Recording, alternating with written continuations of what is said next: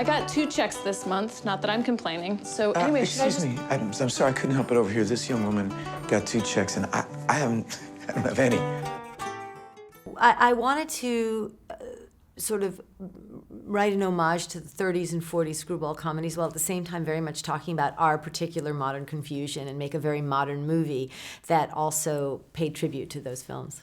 How did the casting come about? Well, piece by piece. I started with Julianne Moore because she's a really close friend of mine and I could slip it through her mailbox. Yeah. We thought about making Julianne French. That was the original in the book. And then Karen Rinaldi and I agreed that perhaps it would be better to make her a more Northern European, partly because we've heard so many French accents and Danish is a little bit more exotic for most people. And Julianne knew some Danish people. She felt she could get her head around that accent well. And also she threw in a little speech impediment, which I thought was really great. Leave. Oh, you want me to leave? Okay, I'm leaving. And she came on board, I think because she just relished the idea of showing her comic side, which she doesn't get to do very often, and also because we're dear friends. Greta Gerwig, and the minute I met her, I think we both realized that this was a match made in heaven. And then Ethan Hawke is a good friend of Rachel Horowitz's, who's one of the producers, and he was somebody that we decided would be great for the part. We were able to get him the part. Bill Hader's work I obviously admired a lot, and I felt that it would be, especially for these smaller parts, having great comic actors who just knew how to do it would be really important, but who could also be very realistic. And Maya Rudolph is a friend of mine, and they had so much history together, Maya and Bill, from Saturday Night Live, and so they were able to just create this idea of a marriage really easily. You really believe that they're married. I'm curious about you. What aspect of me? Every aspect of you. What does his wife think about that? She doesn't know about it. I think their marriage fell apart and now he's trapped in it.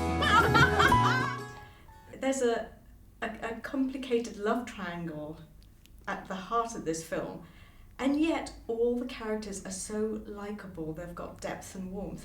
I think if you really look at any character, generally the opposite quality is also true. So it's all a question of balance and what they're surrounded by. People are themselves in relation to other people.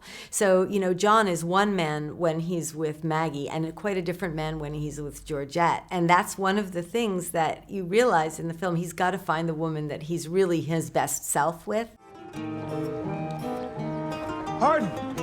Oh, hi! What are you doing? I'm just taking a little constitutional before my next meeting. Did you ever get paid? No. Oh, you're kidding. Yeah, Beverly says the check's in the mail. Can I join you? Sure. I knew this Masai from Tanzania. He was here to run in the marathon. He took everything about New York City in complete stride. Nothing fazed him until he saw a grown man following his dog and picking up his shit. And he started laughing so hard he wept. I suppose that custom could seem strange, out of context. Do you want to hear your horoscope? No.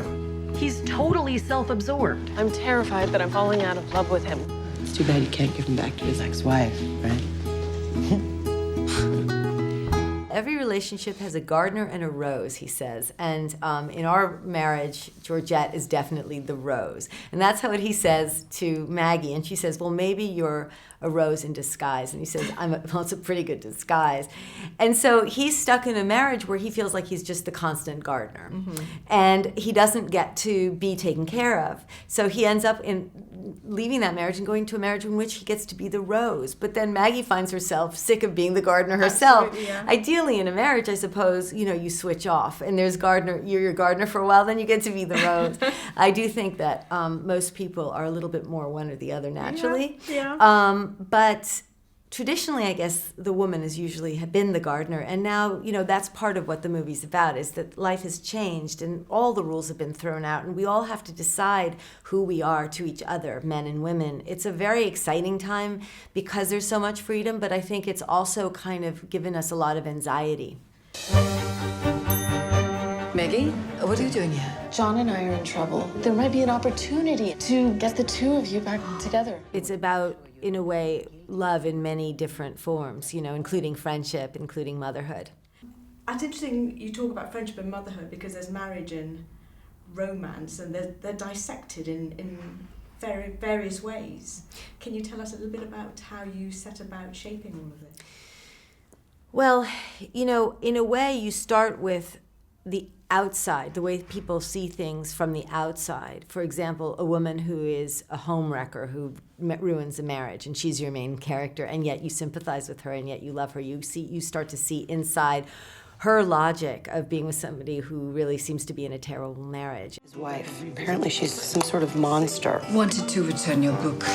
So, Rebecca, you are also a novelist. You've written a best-selling book. And is that something you're going to be returning to as well? I will be returning to writing fiction, but I'm not sure that it will be a novel next. I think I have something that's maybe a novella, also a book of short stories that I have to finish. So depending on timing and how I'm able to work, those are things I'd like to do. But I'm also I'm working on a screenplay, which is an original screenplay, which I hope to shoot in a couple of years' time or a year.